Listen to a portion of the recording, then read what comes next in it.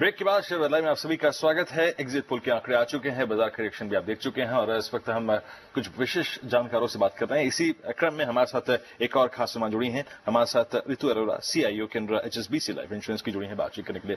रितु जी नमस्कार, बहुत बहुत शुक्रिया मैम जुड़ने के लिए इस कार्यक्रम में, बहुत बहुत स्वागत है आपका।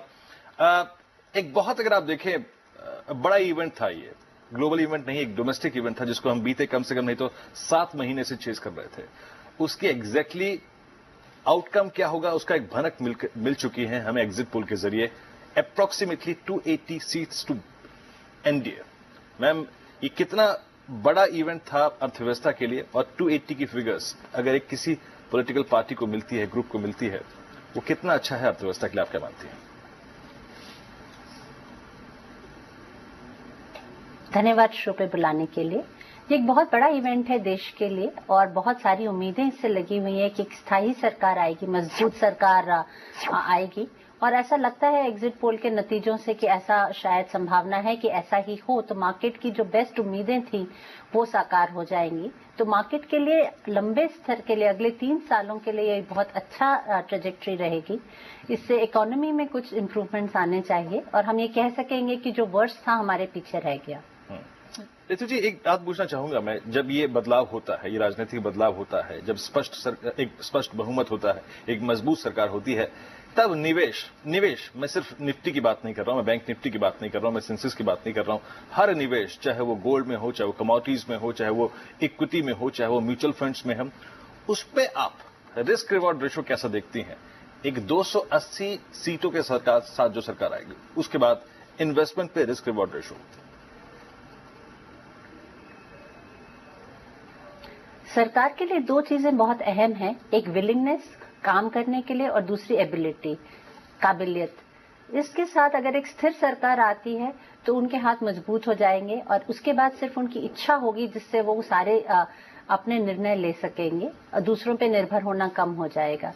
इससे देश की उन्नति में सहायता मिलनी चाहिए, इकोनॉमी इंप्रूव होनी चाहिए, और जो हमारे फंडामेंटल्स काफी हद तक टूटे हुए हैं, ग्रोथ 5% पर आ गई है, इन्फ्लेशन काफी हाई है, करेंसी में काफी कमजोरी रही है, इन सब में इम्प्रूवमेंट होना शुरू होना चाहिए। इन्वेस्टमेंट साइकिल रिवाइव होना चाहिए, क्योंकि जब सही निर्णय ले पाएगी सरकार तो एक्टिविटी वापस शुरू होगी ऑन द ग्राउंड। और इस सब के मद्देनजर मार्केट्स, स्टॉक मार्केट्स और डेट मार्केट्स, करेंसी मार्केट्स सभी साथ में चलेंगे।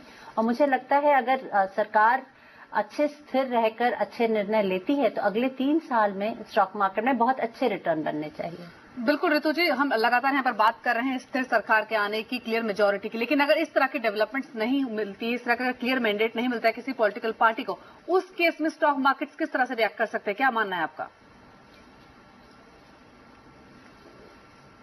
मुझे लगता है फिर मार्केट में एक बहुत निराशा का माहौल छाएगा। अगर हम देखें पिछले 3 ट्रेडिंग सेशन में मार्केट 6% के करीब बढ़ गया है, 5% कल तक था, आज भी मार्केट करीब 1.25% ऊपर है। तो ये नतीजों को मद्देनजर रखकर ही है ये खुशी का माहौल। और अगर नतीजे फाइनली 16 तारीख को कुछ अलग आते हैं तो मुझे लगता है एक प्रॉफिट टेकिंग आएगी, निराशा आएगी और मार्केट 5 से 7% गिर सकता है। रितु जी, आप क्या मानती हैं, जब एक अच्छी सरकार बनेगी अच्छे मैंडेट के साथ, अगले 6 महीने में बहुत सारे चैलेंजेस भी हैं, आपको अर्थव्यवस्था को एक पटरी पे लेके आना है, बहुत सारे पेंडिंग डिसीजंस हैं आपको लेने हैं, और एक बड़ा चैलेंज है कि एल नीनो के चलते आपका जो मानसून है वो एवरेज मानसून से कुछ भटक सकता है। अगले 6 महीने में इस सरकार से आपकी उम्मीदें क्या है? बहुत मुश्किल काम है सरकार के आगे। जैसे कि आपने कहा, ज्यादातर चीजें अभी टूटी हुई हैं, फ्रैक्चर्ड हैं, सभी तरफ प्रॉब्लम्स हैं और किस सिरे से काम शुरू करना ये कठिन है। मेरे हिसाब से सबसे इम्पोर्टेंट, सबसे पहला कदम होगा बजट, जिसमें फिस्कल डेफिसिट पर मुझे आशा है कि सही आंकड़े आएंगे, पॉपुलिस्ट मेजर्स अनाउंस नहीं होंगे। तो रेवेन्यू को इंक्रीज करने की जरूरत होगी, स्मॉल सेविंग्स को वापस मार्केट में इन्वेस्टमेंट्स लाना होगा तो उसे इंसेंटिवाइज करना होगा, और जहां तक खर्चों का सवाल है, कंजम्पशन से हटकर उसको इन्वेस्टमेंट साइकिल की ओर मोड़ना होगा। तो ये सबसे बड़ा कार्य होगा जो कि बजट में मेरे ख्याल से अर्ली जुलाई में सरकार दर्शा पाएगी कि उनकी क्या नीति है। इसके अलावा डीजल प्राइस पे, एनर्जी प्राइसेस पे जो कि प्राइस राइज होते रहे हैं, अब करीब 5 रुपए के अंडर रिकवरी रह गई है, उस डायरेक्शन में काम होता रहना चाहिए ताकि उससे प्रेशर ना रहे फिस्कल पर। और इसके अलावा मेरे ख्याल से जो प्रोजेक्ट्स हैं जो बीच में रुक गए हैं, ज्यादातर प्रोजेक्ट्स उनको दोबारा शुरू करना होगा। नए प्रोजेक्ट्स अनाउंस करना ज्यादा कठिन है। जो रुके हुए प्रोजेक्ट्स हैं उन्हें वापस चला देना, उनको क्लियरेंसेस देना, अप्रूवल्स देना रिलेटिवली आसान है। तो मुझे लगता है तीसरा कार्य वो होना चाहिए। साथ ही तो सेक्टर वाइज आपका व्यू क्या है? मार्केट्स को क्या मानना है, कौन सेक्टर्स आउट परफॉर्म कर सकते हैं, जहां पर नजर होनी चाहिए? मार्केट मुझे लगता है अभी 16 टाइम फॉरवर्ड है FI15 और रीजनेबली प्राइस्ड हैं, अच्छी खबर को भी डिस्काउंट कर चुके हैं। तो एक इमीडिएट उछाल मैं नहीं एंटिसिपेट करती मार्केट में बहुत ज्यादा, मे बी 5% ज्यादा से ज्यादा और हो सकता है।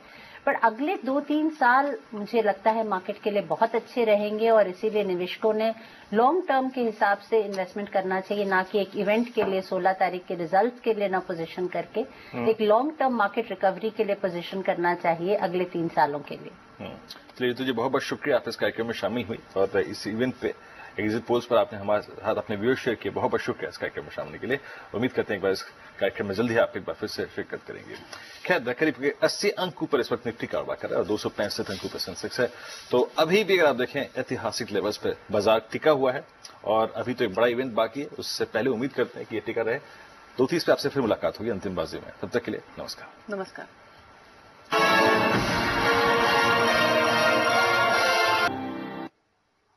नमस्कार, मंडी लाइव अपडेट में आपका स्वागत है। मैं हूं मृत्युंजय कुमार झा। बात कमोडिटी मार्केट की तो विदेशी बाजार में सोने चांदी की कीमतों में गिरावट है, लेकिन MCX पर कल बाजार बढ़कर बंद हुआ। कॉमेक्स पर गोल्ड का भाव $1295 प्रति औंस के करीब है, करीब 30 सेंट की नरमी है और चांदी का भाव $19.5 प्रति औंस के करीब है। विदेशी बाजार में चांदी में फिलहाल मामूली गिरावट है और कल MCX पर 103 रुपए बढ़कर गोल्ड का मार्केट बंद हुआ था और चांदी 633 रुपए चढ़कर बंद हुई थी। निवेश मांग घटने से हालांकि आने वाले समय में सोने में गिरावट के आसार दिख रहे हैं। शेयर बाजार अच्छा परफॉर्म कर रहा है। एग्जिट पोल के नतीजों के बाद शेयर बाजार ने शानदार छलांग लगाई है और ऐसे में बुलियन मार्केट में बिकवाली देखने को मिल सकती है। ये मार्केट के लिए एक सबसे बड़ी वजह होगी गिरावट की। इसके अलावा अमेरिका में बॉन्ड खरीद घटने की आशंका लगातार बनी हुई है। बात अब कच्चे तेल की तेजी है। NYMEX पर भाव $100 प्रति बैरल के ऊपर है। अमेरिका में दूसरे हफ्ते भी क्रूड का स्टॉक घटने का अनुमान है। अमेरिका में कच्चे तेल का स्टॉक 10 लाख बैरल कम रहने का अनुमान है। कल आंकड़े जारी होंगे और इसका इंपैक्ट आपको साफ तौर पे कीमतों पर दिख सकता है। और आइए हम नजर डालते हैं आज की कुछ सुपरहिट कॉल्स पर। एंजल कमोडिटी का मानना है कि जिंक मई वायदा में अगर आप ट्रेड करना चाहते हैं तो बाई करिए 123 पे, लक्ष्य का 125 का, स्टॉप लॉस आप 122 के स्तर पर लगा सकते हैं। इसके अलावा कच्चा तेल 6030 पर बेचें, लक्ष्य का 5930 का, स्टॉप लॉस आप 6100 पर लगा सकते हैं। और जीरा 11200 पर खरीदें, लक्ष्य का 11500 का, स्टॉप लॉस आप 11080 के स्तर पर लगा सकते हैं। और इसके अलावा अगर बात करें केडिया कमोडिटी की तो केडिया कमोडिटी का मानना है कि गोल्ड में आप 28680 के भाव पर बिकवाली करिए, लक्ष्य का 28520 का, स्टॉप लॉस आप 28740 के स्तर पर लगा सकते हैं। और कच्चा तेल 5960 पर बाई करें, लक्ष्य का 6045 का, स्टॉप लॉस आप 5920 पर लगा सकते हैं। और सोयाबीन जून वायदा 4755 के भाव पर खरीदें, लक्ष्य का 4815 का, स्टॉप लॉस आप 4715 के स्तर पर लगा सकते हैं। और आइए अब देखते हैं कि आज दिन के कारोबार को लेकर राजीव कपूर क्या मानते हैं, ट्रस्ट लाइन के कमोडिटी हेड। इनका मानना है कि MCX पर चांदी जुलाई वायदा 41,900 पर खरीदें, आज भाव बढ़कर 42,800 रुपए तक आ सकता है। और कॉपर 414 पर खरीदें, आज भाव बढ़कर 421 रुपए तक जाने की संभावना है। नेचुरल गैस 268 पर बेचें, कीमतों में करीब 6 रुपए की गिरावट मुमकिन है। बात है एग्री कमोडिटी की तो ग्वार में गिरावट है। जोधपुर में ग्वार सीड का भाव 100 रुपए तक नीचे है। ग्वारगा में करीब 200 रुपए की कमजोरी है। स्टॉकिस्ट की बिकवाली बढ़ गई है। किसानों के पास स्टॉक ज्यादा है और ये तमाम फैक्टर आपको वायदा बाजार पर भी असर डाल सकते हैं। सरसों में गिरावट है। जयपुर में भाव करीब 20 रुपए तक नीचे है और अलवर में भी कीमतों में गिरावट आई है। स्टॉकिस्ट की बिकवाली है और साथ ही विदेशी बाजार में मंदी है। इसका इंपैक्ट आपको फ्यूचर मार्केट पर भी दिख सकता है। जीरे में तेजी है, 50 रुपए ऊपर है, स्टॉक कम है, अराइवल ज्यादा है। ये तमाम फैक्टर बाजार में आज आपको कीमतों पर असर डाल सकते हैं। और अब नजर डे स्पीड पर। अगर आप गोल्ड में ट्रेड करना चाहते हैं तो बेचिए 28,680 पे, आपको 160 रुपए की गिरावट आज गोल्ड में दिख सकती है। तो फिलहाल इस कार्यक्रम में इतना ही। वक्त है ब्रेक का। ब्रेक के बाद भी हमारी खास पेशकश जारी रहेगी कि एग्जिट पोल का बाजार पे आपको और कितना इंपैक्ट दिखेगा, इस पर हमारी खास पेशकश जारी है। नमस्कार, मार्केट 17 में आपका स्वागत है। और रिकॉर्ड स्तरों पर कामकाज हो रहा है भारतीय बाजारों में। एग्जिट पोल के जब यहां पर जो भी आउटकम निकल के आया, बाजार को पसंद आया और शुरुआती सत्र में ही 7100 के पार निकल गया निफ्टी। 86 अंकों की मजबूती इस समय देखने को मिल रही है, 7100 के लेवल को ही टेस्ट कर रहे हैं। और सेंसेक्स में भी 281 अंकों की बढ़त देखने को मिल रही है। अच्छी तेजी आज के सत्र में बनती हुई नजर आई। पर अब बाजार की चाल क्या रहेगी, क्योंकि काफी ज्यादा रनअप हम देख चुके हैं पिछले 2-3 ट्रेडिंग सेशंस में और लगातार बढ़त का सिलसिला जारी है। बताएंगे आपको कि स्ट्रैटेजी क्या रखनी है आपको बाजार पर, और साथ ही साथ क्या अब बाजार पर दाव लगेगा एफआईएस का, क्योंकि एफआईएस काफी मुनाफे में बैठे हैं भारतीय बाजारों पे। डीआईएस की उतनी खरीदारी थी नहीं, एफआईएस लगातार खरीदारी करते हुए नजर आ रहे थे। बैंकिंग स्टॉक्स में अच्छी खरीदारी आज के सत्र में, ऑटो इंडेक्स में अच्छी खरीदारी होती हुई नजर आ रही है। रियल्टी स्पेस एक्टिव है और मेटल काउंटर्स में भी अच्छी मजबूती है। मेटल इंडेक्स 243 अंक बढ़कर कामकाज कर रहा है और साथ ही साथ आईटी काउंटर्स में अच्छी रुझान। इसके अलावा कंज्यूमर ड्यूरेबल काउंटर्स में भी अच्छी तेजी बनती हुई नजर आ रही है। साथ ही साथ कैपिटल गुड स्पेस जो लगातार एक्टिव है, बीएचईएल, एलएनटी जैसे स्टॉक्स और आज भी तेजी दिखा रहे हैं। इंडेक्स लगभग 267 अंक बढ़ चुका है। एफएमसीजी काउंटर्स पे निश्चित रूप से खरीदारी है। आईटीसी जैसे काउंटर्स आउट परफॉर्म कर रहे हैं। निफ्टी के गेनर्स के बारे में बात करें तो स्टेट बैंक ऑफ इंडिया आज भी 2% चला और अब 2300 के लेवल के बेहद करीब कामकाज हो रहा है। इसके अलावा अल्ट्राटेक सीमेंट भी 2% के आसपास का मूव बनता हुआ नजर आया। एसीसी में 2.5% का मूव और इन्फोसिस आज अच्छा रुझान दिखा रहा है। कॉमोडिटी मार्केट की ओपनिंग हो चली है। मृत्युंजय हमारे साथ जुड़े हैं। मृत्युंजय, इक्विटी मार्केट को तो काफी पसंद आया एग्जिट पोल, पर कॉमोडिटी मार्केट पे अब ट्रेड कैसे किया जाए? रजत, अगर देखें तो कमोडिटी बाजार का जो ट्रेंड है वो इक्विटी मार्केट के उलट है और शेयर बाजार में जो तेजी आई है उसका एक निगेटिव इंपैक्ट बुलियन मार्केट पर साफ तौर पर देखने को मिल रहा है। और शुरुआती कारोबार में गोल्ड और सिल्वर दोनों में लाल निशान में कारोबार हो रहा है। अंतर्राष्ट्रीय बाजार में भी गिरावट है, 17 रुपए नीचे एमसीएक्स पर गोल्ड और चांदी में 68 रुपए की गिरावट है। बाजार के तमाम जानकार मानते हैं कि जिस तरह से एग्जिट पोल के नतीजे आए हैं ये शेयर बाजार के लिए काफी बेहतर है, लेकिन बुलियन मार्केट के लिए काफी निगेटिव हो सकते हैं, क्योंकि अगर शेयर बाजार के हालात बेहतर होंगे तो गोल्ड में निवेश कम होगा और इसके अलावा रुपया अगर मजबूत होगा तो उसका भी निगेटिव इंपैक्ट आपको बुलियन मार्केट पर साफ तौर पर देखने को मिलेगा।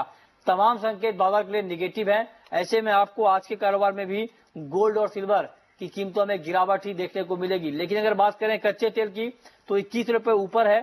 अंतर्राष्ट्रीय बाजार में भी मजबूती है और अमेरिका में कच्चे तेल का स्टॉक घटने की आशंका है। इससे मार्केट का सेंटीमेंट आपको आज और बूस्ट होता हुआ दिख सकता है। जी चलो, तो की जा रही है सिल्वर में और सोने के अंदर भी करीब करीब एक फ्लैटिश टोन पे ही कामकाज हो रहा है। अब बहुत शुक्रिया आपका मृत्युंजय हमारे साथ मौजूद रहने के लिए और बातचीत करने के लिए। अब बाजार के कुछ और जानकारों से बातचीत कर लेते हैं। हमारे साथ बातचीत करने के लिए मनीष संथालिया मौजूद हैं, मोतीलाल ओसवाल सिक्योरिटीज के। मिस्टर संथालिया नमस्कार, स्वागत है कार्यक्रम में। एक अहम दिन आपसे आज बातचीत हो रही है। एग्जिट पोल के आउटकम्स आपने देखे होंगे और एक स्टेबल गवर्नमेंट की उम्मीदें बाजार को भी काफी हद तक पसंद आ रही हैं। आप इसे कैसे देख रहे हैं?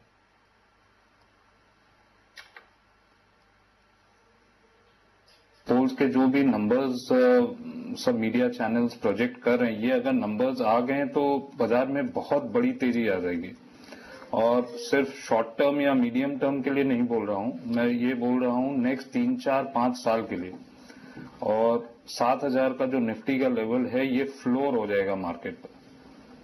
तो अगर ये नंबर्स आ जाते हैं 272 एनडीए खुद के दम पर अगर आ जाता है तो बाजार में मेरे हिसाब से बहुत बड़ी तेजी बन जाएगी।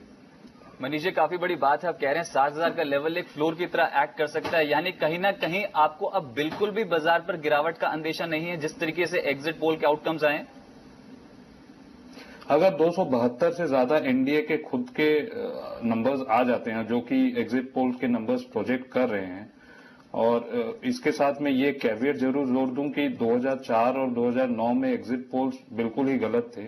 तो अगर ये नंबर सही होते हैं और असेंबली इलेक्शंस बीजेपी दिल्ली को छोड़ के बाकी सब असेंबली इलेक्शंस में एग्जिट पोल्स के नंबर्स मोर और लेस सही आए हैं, तो उसको मद्देनजर रखते हुए अगर ये नंबर्स आ जाते हैं जो भी एग्जिट पोल्स में प्रोजेक्ट हुए हैं, तो बाहर से बहुत बड़ा पैसा फॉरेन एक्सचेंज के थ्रू आ जाएगा and this is through the FII route जी। और मतलब वो संभालना देश के लिए बहुत मुश्किल हो जाएगा, क्योंकि क्या हो सकता है कि चाइना और रशिया का जो एलोकेशन है ब्रिक्स कंट्रीज में, वो एलोकेशन इंडिया को मिल सकता है एंड वो बहुत बड़ा पैसा आ सकता है बाहर से। जी मिस्टर संतालिया, मार्केट्स में जिस तरह का मोमेंटम है, एक अच्छी मोमेंटम पिछले 3 दिनों में ही आ चुका है रादर, अब अगर यहां से कुछ फर्दर गेन करता है मार्केट्स, तो किन सेक्टर को आप देख रहे हैं कि जो मार्केट्स को ड्राइव कर सकते हैं? देखिए, बैंकिंग सेक्टर सबसे बड़ा बेनिफिशियरी होगा अगर इकोनॉमी में रिवाइवल आती है और ग्रोथ आता है। और जब हम एक बहुत स्टेबल सरकार की बात करते हैं तो GST, goods and services tax act, एक रियल पॉसिबिलिटी हो जाता है, क्योंकि बीजेपी वाले स्टेट्स ही ऑब्जेक्शन कर रहे थे मेरे हिसाब से। तो अब अगर फुल मेजॉरिटी आ जाती है तो जीएसटी बहुत ज्यादा एक्सपेडाइट हो जाएगा और उससे जीडीपी ग्रोथ में बहुत बड़ा फर्क पड़ जाएगा। 1 से 1.5% या 2% भी फर्क पड़ सकता है। उनका सब पॉजिटिव इम्पैक्ट बैंकिंग सेक्टर में जरूर देखने को मिलेगा। तो मेरे हिसाब से सबसे बड़ा बेनिफिशियरी एक्चुअली बैंकिंग सेक्टर रहेगा। मनीष जी, एक ऐसा सेक्टर है जो ऊपरी स्रोत से काफी टूटे थे काउंटर्स, इंफ्रास्ट्रक्चर स्पेस पर निचले से थोड़ी खरीदारी होती हुई नजर आ रही है। वैल्यूएशंस के लिहाज से पी कॉन्ट्रैक्शन काफी देखा हमने पिछले कुछ सालों में। क्या इंफ्रास्ट्रक्चर सेक्टर पे दाव लगाना ठीक होगा अभी? देखिए, इंफ्रास्ट्रक्चर सेक्टर में क्या है कि एक अंधेरे में तीर चलाने वाली बात है, क्योंकि बैलेंस शीट तो एकदम टूटे फूटे हुए हैं और इन सेक्टर को कैपिटल की बहुत सख्त जरूरत है। और पब्लिक सेक्टर बैंक्स के पास ग्रोथ की बहुत ज्यादा अपॉर्चुनिटीज है नहीं, क्योंकि उनको भी बहुत कैपिटल चाहिए। 3.5-4 लाख करोड़ रुपए उनको कोर टियर 1 इक्विटी चाहिए और सरकार के पास उतना पैसा है नहीं। तो ये अगर ग्रोथ रिवाइवल होता है, कहीं से पैसा आके ये सेक्टर्स में जाता है, उनकी बैलेंस शीट रिपेयर हो जाती है, तब ये सेक्टर्स में फंडामेंटली वैल्यू है। पर जब तक ये नहीं होता तब तक ये मोर और लेस होप रैली है। जी मिस्टर संथालिया, क्योंकि अब गवर्नमेंट, अगर एक हाइपोथेटिकल क्वेश्चन है ये कि अगर इसी तरह के, जिस तरह के एग्जिट पोल के आउटकम है, इसी तरह के ही नंबर्स फाइनल आउटकम में भी आते हैं और ऐसी ही सिचुएशन देखने को मिलती है, तो बड़े चैलेंजेस जो गवर्नमेंट के लिए रहेंगे वो क्या हो सकते हैं? क्योंकि आईआईपी के नंबर्स अभी भी इतने अच्छे नहीं है, इन्फ्लेशन अभी भी हाई है, रुपया हालांकि मजबूत हो रहा है, तो आप क्या बड़ा चैलेंज देख रहे हैं गवर्नमेंट के सामने? चैलेंज तो पार्लियामेंट को फंक्शन कराना ही है, क्योंकि लोकसभा में तो बहुमत आ जाएगा, पर राज्यसभा में क्या करिएगा? क्योंकि उसमें तो 1/3 of members retire every 2 years bye rotation.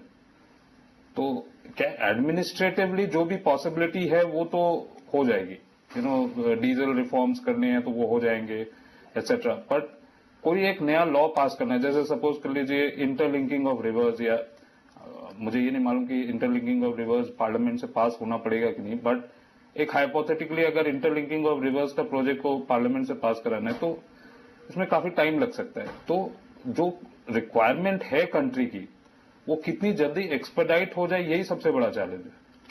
Manish ji, यहाँ पर रुपी टर्म्स में आप क्या कहेंगे? रुपी अच्छी खासी एप्रिसिएशन में बैठे डॉलर के मुकाबले। क्या इलेक्शन आउटकम के बाद वो फेवरेबल हो या फिर नॉन फेवरेबल, रुपी में आपको लगता है कि कुछ यहाँ पर असर आता हुआ नजर आएगा? अगर एनडीए सरकार बन जाती है स्पेसिफिकली, तो रुपये पे और स्ट्रेंथ देखने को मिल सकती है? रुपया थोड़ा मजबूत और हो सकता है, पर मुझे ये नहीं लगता कि सेंट्रल बैंक और रिजर्व बैंक बहुत ज्यादा रुपी एप्रिसिएशन टॉलरेट करेगा, क्योंकि वो इंटरवीन करके अपने फॉरेक्स रिजर्व्स को बढ़ाना ज्यादा मुनासिब समझेगा।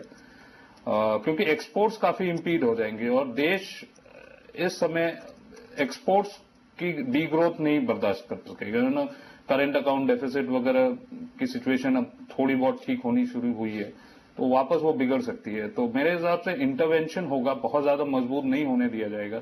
पर एक बात पक्का है कि बाहर से जो फॉरेक्स का जो एफआईएस का इन्फ्लो है, उसकी एक बाढ़ आ जाएगी डॉलर्स की। उसको किस तरह मैनेज करना है, मेरे हिसाब से फॉरेक्स रिजर्व सेंट्रल बैंक अपना बढ़ाता चला जाएगा। जी चलिए, हमारे साथ अब कुछ और भी जानकार मौजूद है। हमारे साथ रितु अरोड़ा मौजूद है, केंद्र HSBC ओबीसी लाइफ की। मैम नमस्कार, स्वागत है आपका कार्यक्रम में। एग्जिट पोल के आउटकम्स आपने भी देखे होंगे, मार्केट्स ने उसको रिएक्ट भी किया है। इन आउटकम्स को देखते हुए आपका मार्केट्स क्या रुझान है? क्योंकि पहले भी ऐसी स्टेबल गवर्नमेंट के ऊपर सभी ब्रोकरेज हाउस मानते थे कि एक अच्छी तेजी रह सकती है। अब क्योंकि स्टेबल गवर्नमेंट आने की बातचीत भी सामने आ रही है, अब आप कैसे देख रहे हैं मार्केट्स को?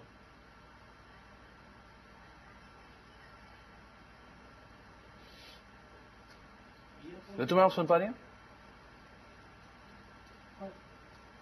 देखो ऑलरेडी स्क्रीन आ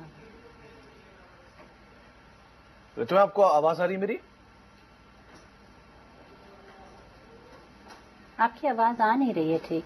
जी चलिए हम आपसे दोबारा संपर्क साधने की कोशिश करेंगे। ऋतु मैम, मनीष, मार्केट्स के अंदर अलग अलग सेक्टर्स ने पार्टिसिपेट किया है, बैंकिंग ने पार्टिसिपेट किया, कैपिटल गुड्स से पार्टिसिपेशन आ चुका है, मेटल भी मोल्डर्स पार्टिसिपेट कर रहा है, ऑटो भी पार्टिसिपेट कर रहा है, अभी भी इंटरेस्ट सेंसिटिव स्पेस में रियल एस्टेट ने पार्टिसिपेट नहीं किया है। इस सेक्टर की तरफ से आप कोई भी ऐसी होप दिख रहा है इसके अंदर रिवाइवल के चांसेस हैं, और अगर होता है तो कौन से शेयर्स आपको ऐसा लगता है कि इसमें कुछ एक मूवमेंट की उम्मीद लगा सकते हैं? मेरा ध्यान तो रियल एस्टेट सेक्टर में मंदी का है। मुझे नहीं लगता कि रियल एस्टेट सेक्टर बहुत अच्छी तरह परफॉर्म कर पाएगा, इनफैक्ट गिरना चाहिए, क्योंकि अगर आप मेजर सिटीज ऑफ इंडिया देखें तो सप्लाई डिमांड गैप बहुत बड़ा है। सप्लाई जैसे मुंबई की अगर आप बात करें तो 4 साल का इन्वेंट्री खड़ा है, 2.5 लाख यूनिट्स अनसोल्ड हैं और रेट्स गिर नहीं रहे। और क्या है कि अब सिचुएशन ऐसी हो गई है कि बहुत ज्यादा होल्डिंग पावर है नहीं डेवलपर्स की, और अगर नई सरकार आती है और एफएसआई बढ़ा देती है मुंबई जैसे शहर में, तो ऑब्वियसली सप्लाई बढ़ जाएगी और रेट्स कम हो जाएंगे। तो मेरे हिसाब से रियल एस्टेट सेक्टर एक मंदा सेक्टर है और इससे दूर ही रहना चाहिए stock market point of view से। चलिए, इसी बीच ऋतु अरोड़ा जी हमारे साथ जुड़ चुकी हैं, संपर्क स्थापित हो गया है। ऋतु जी नमस्कार, स्वागत है आपका जी बिजनेस में। जिस तरीके से चाल देखी बाजार को और जो एग्जिट पोल का आउटकम आया है, क्या आपकी उम्मीद के मुताबिक है और क्या अभी भी आप भारतीय बाजारों पे बुलिश हैं? टारगेट क्या है आपका बाजार पे, निफ्टी पे? धन्यवाद शो पे बुलाने का। जी हाँ, एग्जिट पोल के नतीजे ऐसा संकेत दे रहे हैं कि जो मार्केट को पसंद है वही खबर सुनने मिलेगी। मार्केट बहुत चाह रहा था कि एक स्थिर सरकार हो, स्ट्रांग सरकार हो, और ऐसा लगता है कि उसकी संभावना बढ़ गई है। ऐसे में मैं लॉन्ग टर्म बुलिश हो जाती हूँ मार्केट पे। मैं 2 दिन 3 दिन का कॉल न लेकर अगले 3 साल के लिए सोचती हूँ कि मार्केट के लिए बहुत अच्छा रहेगा। हम ये कह सकेंगे कि शायद वर्स्ट इज बिहाइंड अस, और यहाँ से नीतियां सरकार की डिक्टेट करेंगे कि मार्केट में कितना अभी उछाल आ सकता है, पर लॉन्ग टर्म पॉजिटिव रहेगा। जी ऋतु मैम, जिस तरह से मार्केट्स ने मूव किया है रिसेंटली, इसको देखते हुए आप डिप में बाय करने की यहाँ पे सलाह देंगी, या फिर अभी भी कुछ इनिशिएशन, जो लॉन्ग इनिशिएशन है वो कंटिन्यू किया जा सकता है? और अगर बाय करते हैं तो कौन से सेक्टर्स आपके रडार पर रहेंगे बाइंग साइड पे?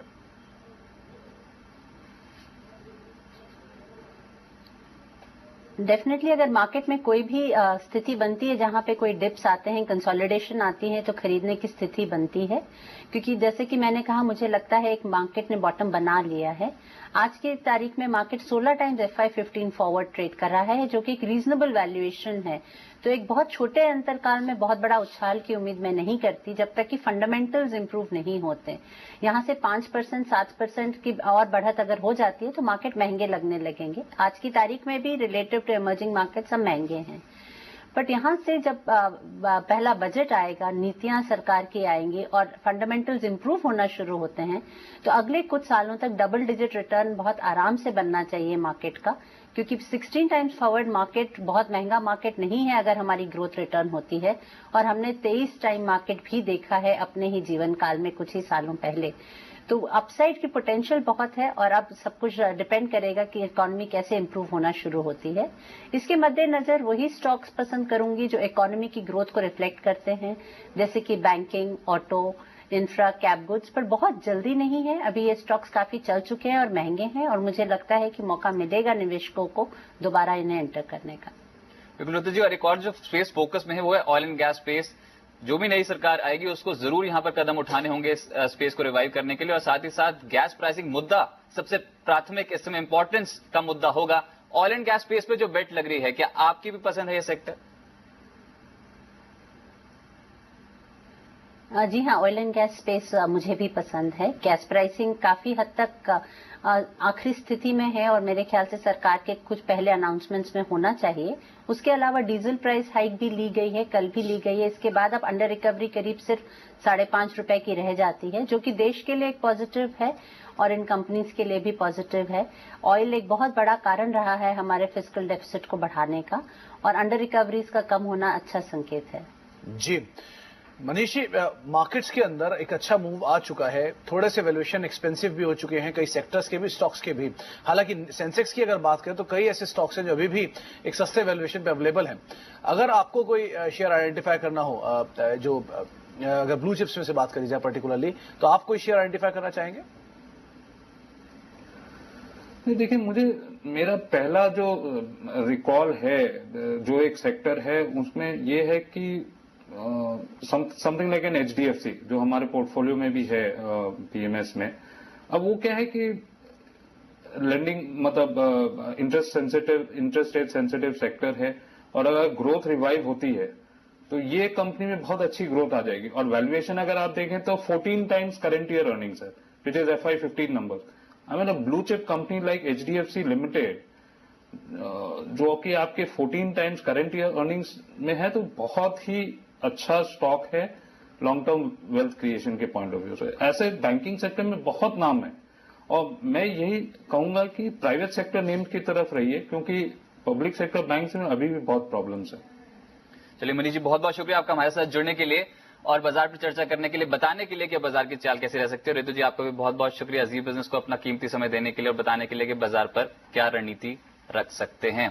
पर अब देखते हैं जी बिजनेस की एक्सक्लूसिव, यहां पर जी बिजनेस की एक खबर जिसमें हमारे साथ दीपक उपाध्याय हमारे संवाददाता जुड़ चुके हैं। दीपक, आज UPA 2 का कैबिनेट की आखिरी बैठक है, क्या अहम मुद्दे हैं इस बैठक में जो उठाए जा सकते हैं? देखिए, इस बैठक में सबसे महत्वपूर्ण मुद्दा जो FDI, जो FIPB जो जिनको क्लियरेंस दे चुकी है, उन करीब 30 to 34 ऐसे इश्यूज हैं जिनको क्लियर कर सकती है। साथ ही साथ जो गैस प्राइसिंग का जो मुद्दा जो इलेक्शन कमीशन ने अभी तक रोका हुआ था, उसको आज क्लैरिटी मिल सकती है। गैस प्राइसिंग का जो फैसला सरकार कर चुकी है उस पर कैबिनेट आज अंतिम मोहर लगा सकती है। साथ ही साथ कुछ ऐसे टेक्निकल इश्यूज हैं जिनको क्लियर करना जरूरी है, वो भी होंगे। कोई ऐसा जो कैबिनेट अभी फैसला नहीं ले सकती है क्योंकि नेक्स्ट सरकार आने वाली है, लेकिन जो डिसीजन पहले हो चुके हैं और सिर्फ जिनको मंजूरी देना बाकी है वही डिसीजन आज लिए जाएंगे। जी दीपक, क्या BHEL में हिस्सा बिक्री को लेकर कुछ फैसला हो सकता है? देखिए, ऐसी बात चल रही है कि BHEL में बिक्री का फैसला हो सकता है, और ये जो पॉलिसी पहले बन चुकी है, लिहाजा अगर इस पर भी प्रस्ताव कैबिनेट में जो पहुंचा हुआ है उस पर भी हो सकता है कि सरकार मंजूरी इसको दे दे। अगर ऐसा हो जाता है तो BHEL के लिए काफी बेहतर खबर। चलिए दीपक, बहुत बहुत शुक्रिया आपका हमारे साथ जुड़ने के लिए। UPA 2 की कैबिनेट बैठक, आखिरी कैबिनेट बैठक है आज, और आज शाम 4:30 बजे से बैठक है। FDI प्रस्तावों पर कुछ मंजूरी मिल सकती है। बहुत बहुत शुक्रिया। चलिए, इसी बीच अमीश हमारे साथ जुड़ चुके हैं, हमारे एडिटर आउटपुट हैं। अमीश, सबसे बड़ा मुद्दा इस समय बीजेपी से ही निकल के आ रहा है, नितिन गडकरी। अब खबर यह है कि वो बीजेपी अध्यक्ष बन सकते हैं। हेलो अमीश, आप मुझको सुन पा रहे हैं? जी, करीब करेंगे आप? जी बिल्कुल, बीजेपी अध्यक्ष बन सकते हैं, बीजेपी अध्यक्ष की कमान मिल सकती है नितिन गडकरी को, ऐसी खबरें इसमें बाजार में। जी, अगर हम एक सिरे से देखें तो क्लीन चिट मिली है कल ही नितिन गडकरी को, और उसके पहले मैं आपको ध्यान दिलाना चाहूंगा, जब नितिन गडकरी दोबारा अध्यक्ष बन रहे थे सिर्फ यही एक अड़चन आई थी, और जिसके बाद रातों रात राजनाथ सिंह को अध्यक्ष बना दिया गया था। दो चीजें इसके अंदर बड़ी महत्वपूर्ण होगी घटनाक्रम के अंदर। अगर नितिन गडकरी अध्यक्ष बन रहे हैं तो अगर केंद्र में भारतीय जनता पार्टी की सरकार आती है NDA की अगुवाई के अंदर, तो उस दौर के अंदर राजनाथ सिंह सरकार के अंदर जाएंगे और नितिन गडकरी पार्टी अध्यक्ष होंगे। क्योंकि पत्ता उनका इसलिए कटा था क्योंकि उन पर कुछ आरोप लग रहे थे, लेकिन अब आरोपों को अब निराधार बता दिया गया है, उस पर क्लीन चिट मिल गई है। तो ये हो सकता है कि नितिन गडकरी अब यहाँ पर भारतीय जनता पार्टी के अध्यक्ष बने, क्योंकि एक लाइन कहीं ना कहीं क्लियर हो गई है। और मैं आपको बताना चाहूंगा, उस समय पे भी Chennai based chartered accountant S Gurumurthy ने क्लीन चिट दी थी नितिन गडकरी को और बोला था कि नितिन गडकरी ने ऐसा कोई भी गलत काम नहीं किया प्राइमा फेसी में जिस पर कोई किसी को आपत्ति हो, लेकिन पार्टी के कुछ नेताओं को इस पर आपत्ति थी, और खासतौर पर वो दला जो नहीं चाहता था नितिन गडकरी प्रेसिडेंट दोबारा बने, उनको आपत्ति थी। तो उन्होंने ही कहीं ना कहीं नितिन गडकरी का पत्ता उस समय कटवाया था। तो निश्चित तौर पर हो सकता है कि जब केंद्र में बीजेपी की सरकार बने, राजनाथ सिंह की सरकार में एक अहम मंत्रालय लें और नितिन गडकरी को पार्टी प्रेसिडेंट बनाया जाए। लेकिन हमारे सोर्सेज ये भी कहते हैं कि नितिन गडकरी फाइनेंस मिनिस्टर की पोस्ट के लिए भी बड़े प्रबल दावेदार है भारतीय जनता पार्टी के अंदर, क्योंकि इस पर हम इसलिए चर्चा करें क्योंकि नितिन गडकरी का फाइनेंस और इंफ्रास्ट्रक्चर में बहुत बड़ा अनुभव है, बड़ा लंबा अनुभव है, इसलिए नितिन गडकरी हो सकता है सरकार में भी रहे। लेकिन ये अटकलें अब तेज हो गई हैं कि नितिन गडकरी जो है वो पार्टी की अगुवाई एक बार फिर कर सकते हैं। चलिए, बहुत बहुत शुक्रिया आपका अमीश हमारे साथ मौजूद रहने के लिए और इस अहम खबर पे हमारे साथ बने रहने के लिए। एक बार मार्केट्स के ऊपर नजर डाल लेते हैं। करीब 102 अंकों पर कामकाज कर रहा है निफ्टी। सेंसेक्स जो कि 325